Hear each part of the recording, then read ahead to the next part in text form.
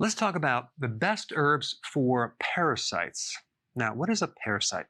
A parasite could be some microorganism, a worm, a bacteria, that basically lives off your body but doesn't give you anything back. At least your friendly bacteria exchange with you. They give you immune protection. They help make vitamins, vitamin K, K2, a whole series of B vitamins. They actually make antioxidants.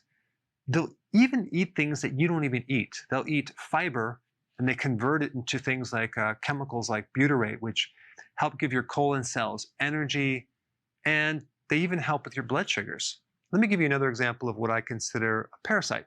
One day I saw this flyer of this guy who will come to your house and cut your grass. Called him up, so he's going to cut my grass. So I left, I had to go somewhere. I come back, he broke into my house and he stole things. And not only that, he didn't even cut my grass. So that would be an example of someone taking something but not giving anything back. All right, so let's talk about some of the symptoms that might occur if someone has parasites. All right, number one, fatigue. That's a real big symptom. Weight loss, itchy private parts, bloating, you're nauseous, diarrhea. Now, what are the best remedies for parasites? Wormwood extract. You can get this at the health food store. It's a very, very toxic plant for parasites because the goal is to make the environment so unfriendly that the parasites have to leave your body. Number two, black walnut hulls. Very, very toxic to parasites. Garlic has been known to even kill parasites, and clove. Okay, this is the combination that I would recommend. Now, of course, when you are trying to get rid of parasites, you want to avoid certain foods, especially sugary foods, refined carbohydrates, and definitely milk. Now, before you start these herbs, I'm going to recommend you get some purified bile salts. And you want to take, I'd say, maybe 3 through the day on an empty stomach. So maybe you take 1 in the morning, 1 in the early afternoon, and then maybe 1 before you go to bed. Okay, so do that for 1 day. Then the second day, you start on this protocol. Why? Because when you take purified bile salts, you will start to open up the flows of your bile ducts.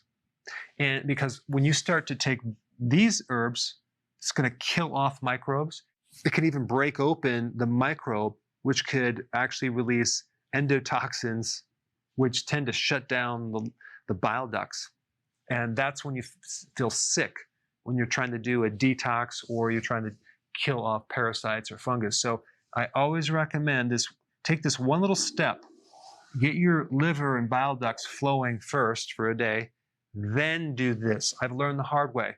I've done so many different cleanses and even parasite cleanses, and I end up getting sick because I didn't know about this. You keep those bile ducts open and keep things flowing, and you won't have any detox reactions.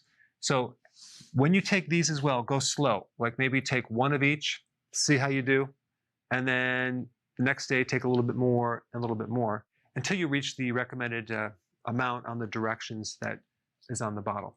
Now, when you're doing parasite cleanses, I would do them for minimally 1 month, but maybe 6 weeks.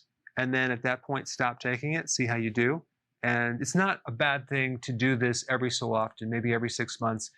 And one last thing that I think is really, really important is taking apple cider vinegar on a regular basis. You can even give apple cider vinegar to animals to kill off their parasites. So this is a really good thing for humans as well. All right, thanks for watching.